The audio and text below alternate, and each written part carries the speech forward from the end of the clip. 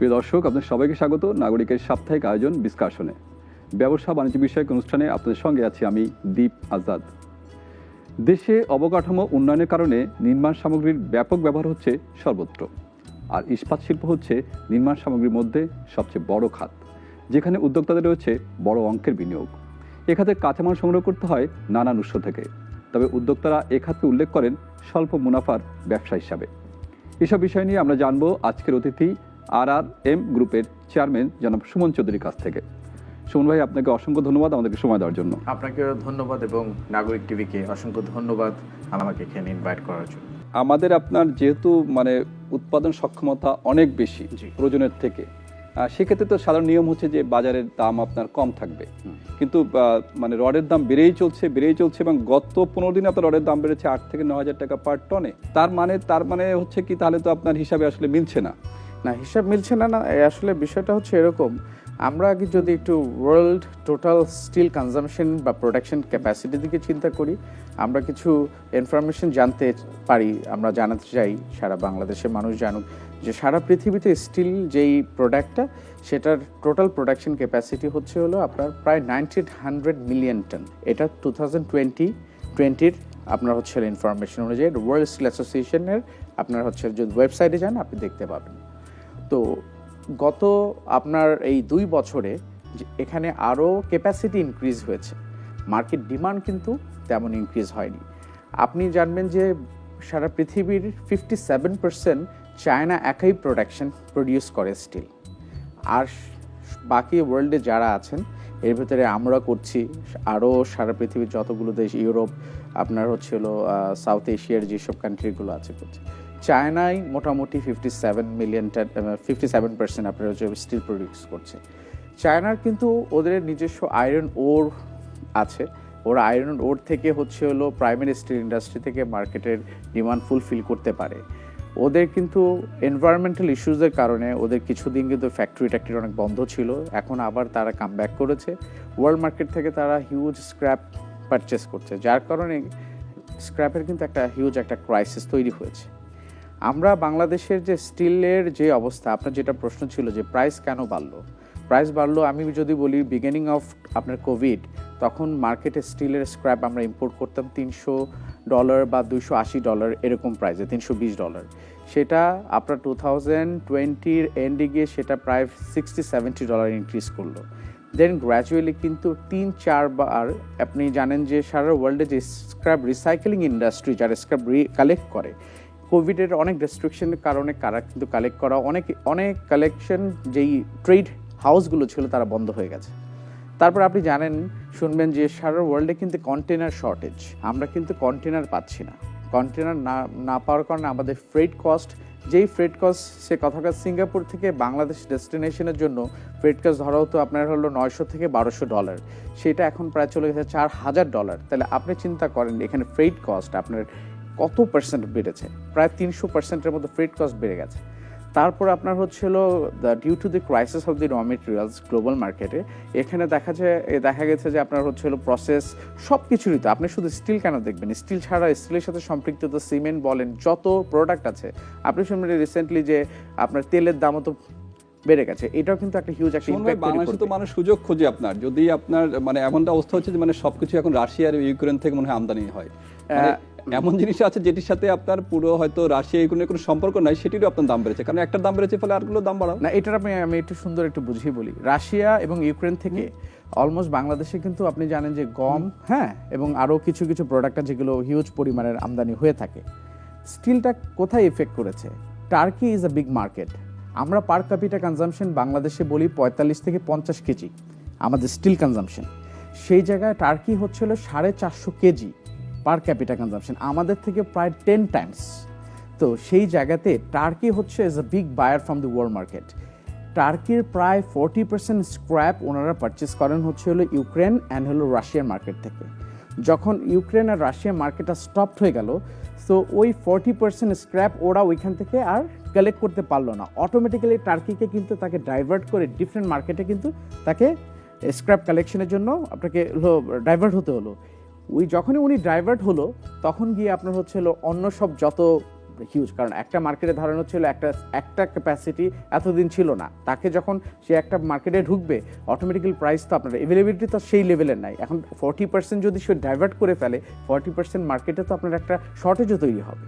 তো এই বিষয়গুলোর কারণে বাংলাদেশের রাশিয়া ইউক্রেন থেকে আমাদের ইম্পোর্টের পার্সেন্টেজ কম, বাট টার্কি এবং হচ্ছে পাকিস্তান, ইন্ডিয়া এবং ওনারা কিন্তু হিউজ পরিমাণে ইম্পোর্ট করে থাকেন, যার কারণে ওয়ার্ল্ড মার্কেটে স্ক্র্যাপের স্বল্পতার কারণে এই প্রাইসটা কিন্তু র্যাপিড ইনক্রিজ করেছে। আজকের মার্কেট যদি দেখেন আপনি, আজকের মার্কেট কিন্তু আপনার $700, $650 থেকে $700 স্ক্র্যাপ পারচেস করতে হচ্ছে। আমরা $550 থেকে $600 যেসব মালগুলো আমরা পারচেস করেছি আজ থেকে 1.5 মাস 2 মাস আগে, সেই মালগুলো কিন্তু আমাদের এখন ঢুকছে, এবং সেই মালগুলোর কস্টিংও কিন্তু আমাদের প্রায় 85, 86, 87 হাজার টাকার মতো। বাট এই যে কারেন্ট মার্কেটে যেই প্রাইসে আমরা স্টিল পারচেস করছি, এগুলো কিন্তু আমাদের কিন্তু এই যে আপনি শুনেছেন যে অয়েলের প্রাইস বাড়ছে, আবার সামনে কিন্তু আমরা শুনলাম যে একটা গণশুনানি গেল, গ্যাস এবং বিদ্যুতের দাম বাড়বে, এগুলো কিন্তু আসলে কিন্তু আপনার প্রোডাক্টে কিন্তু অনেক হিট করবে, কস্টিংয়ে কিন্তু অনেক বড় হিট করবে। তো আমরা কিন্তু চাই না কখনোই যে স্টিলের প্রাইস বাড়ুক, কারণ আপনি চিন্তা করে দেখেন যখন আমরা 50,000 টাকা রড বিক্রি করেছি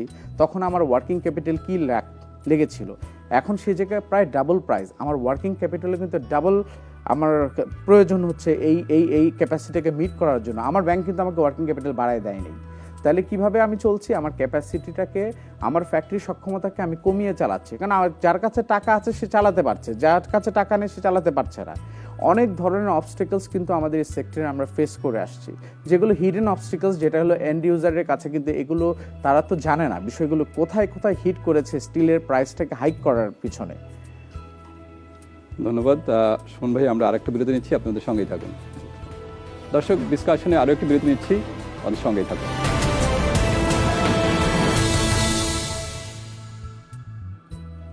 সঙ্গে থাকার জন্য অসংখ্য ধন্যবাদ। দর্শক, ডিসকাশনে আবারও স্বাগত জানাচ্ছি আজকের অতিথি সুমন চৌধুরী, যিনি ইস্পাত শিল্পের সঙ্গে জড়িত।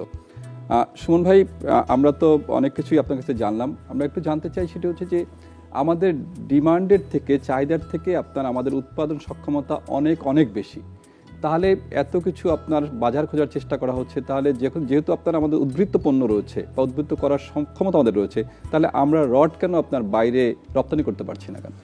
আসলে রপ্তানি করতে পারছি না বলতে হলে এখানে পলিসিগত কিছু মানে অ্যামেন্ডমেন্টের দরকার আছে। আমরা গভর্নমেন্টের সাথে বাংলাদেশ স্টিল ম্যানুফ্যাকচারার্স অ্যাসোসিয়েশনের যে ফোরাম আছে সেটা আমরা, আপনি আমাদের অ্যাসোসিয়েশনের ভাইস প্রেসিডেন্ট। জি, আমরা বিসিসিআইকে জানিয়েছি এই বিষয়টা, যে আমাদের কিছু মানে রপ্তানির ক্ষেত্রে কিছু পলিসি আছে যেগুলো আমাদের পরিবর্তন করলে, কিছু পলিসি যদি ফ্লেক্সিবল করে সরকার, তো সেক্ষেত্রে ধরেন হচ্ছে আমাদের পার্শ্ববর্তী যে কান্ট্রিগুলোতে আছে সাবকন্টিনেন্টের এই জায়গাতে এক্সপোর্ট করার পসিবিলিটিস তৈরি হবে।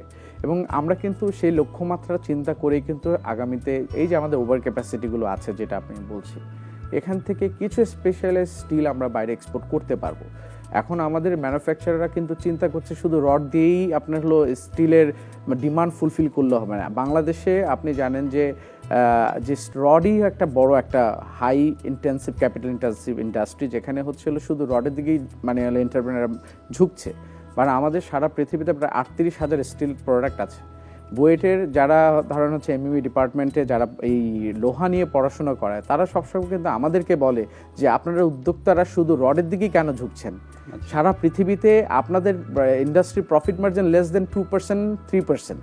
তো এইখানে আপনারা তো সার্ভাইভ করছেন ওভার ক্যাপাসিটিতে, মানে আপনাদের কষ্ট, আপনাদের পুরো টোটাল ইন্ডাস্ট্রি চালাতে আপনার অনেক সময় দেখা যায় মার্কেটে ডিমান্ড নাই কিন্তু আপনাদের ক্যাপাসিটি বেশি, কারণ একটা তো আপনার হলো ওভারহেডস আছে যেটাকে আপনাকে ক্যারি করতে হয়।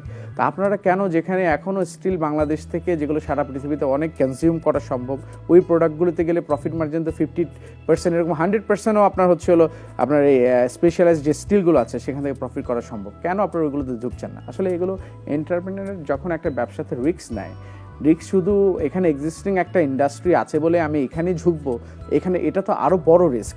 আমি যদি নতুন একটা প্রোডাক্ট, সারা পৃথিবী দেখেন অনলাইন, আপনি কিন্তু ওই প্রোডাক্ট সম্পর্কে মার্কেট প্রপার সার্ভে করে এখানে ডিমান্ড কীরকম, আমি টোটালটাই যদি এক্সপোর্ট করতে পারি, এবং বাংলাদেশেই তো আমরা, আপনি যদি এনবিআরে যান, আপনি যদি দেখেন যে এই প্রোডাক্টটা বাইরের দেশ থেকে আমাদের দেশে কথার কথা 2,000 কোটি টাকার এই সেম প্রোডাক্টটা ইম্পোর্ট হচ্ছে, তাই 2,000 কোটি টাকার এখানে মার্কেট আছে। তা আপনি এখানে আজকে তৈরি করবেন, আপনি কালকে আপনার এটা বিক্রি করা শুরু সম্ভব। তো কেন আমরা এই জায়গাতে আমরা উদ্যোক্তারা চিন্তা করছি না? এটা চিন্তা করা দরকার।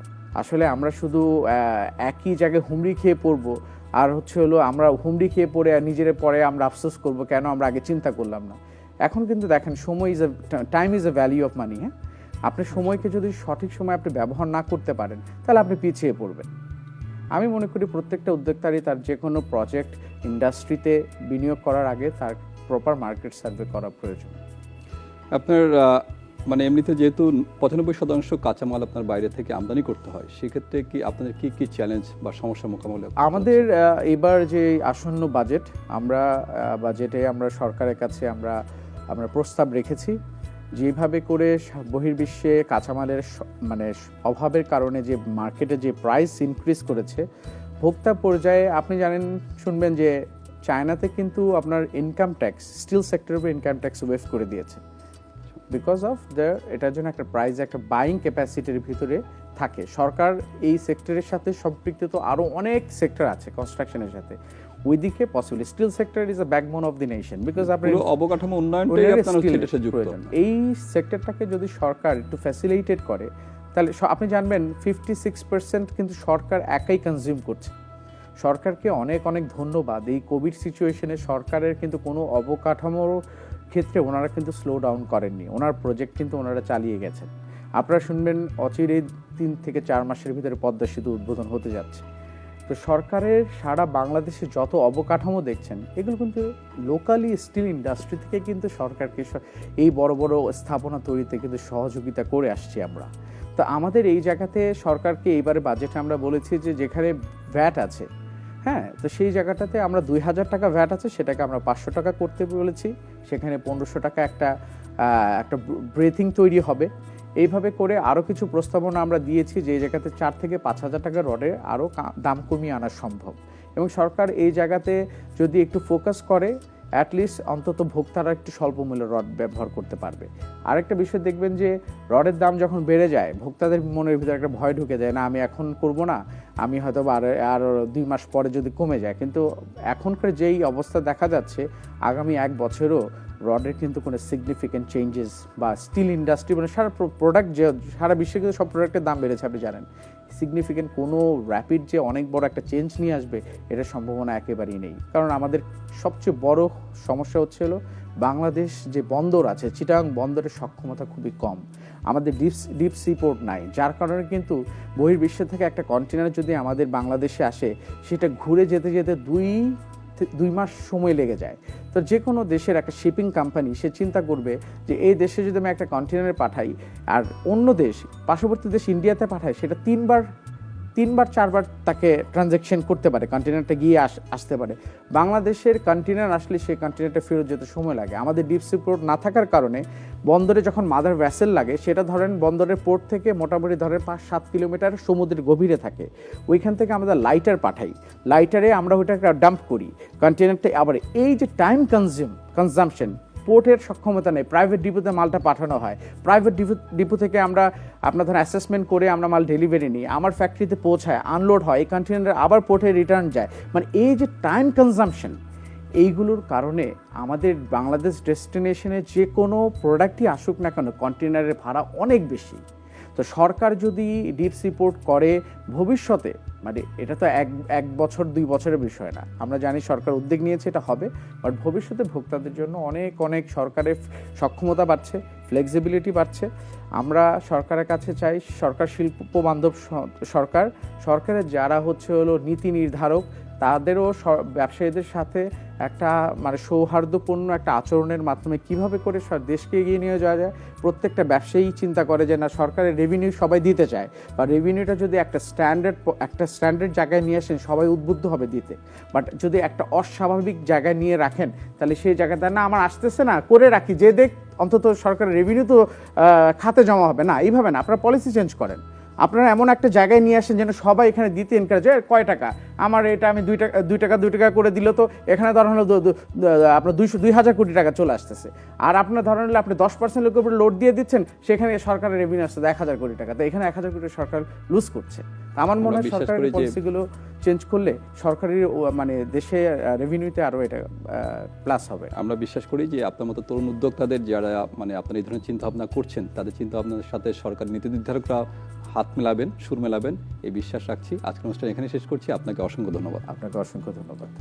প্রিয় দর্শক, আজকের অনুষ্ঠান এখানে শেষ করছি। দেখা হবে আগামী শনিবার একই সময়ে। ভালো থাকবেন, সুস্থ থাকবেন।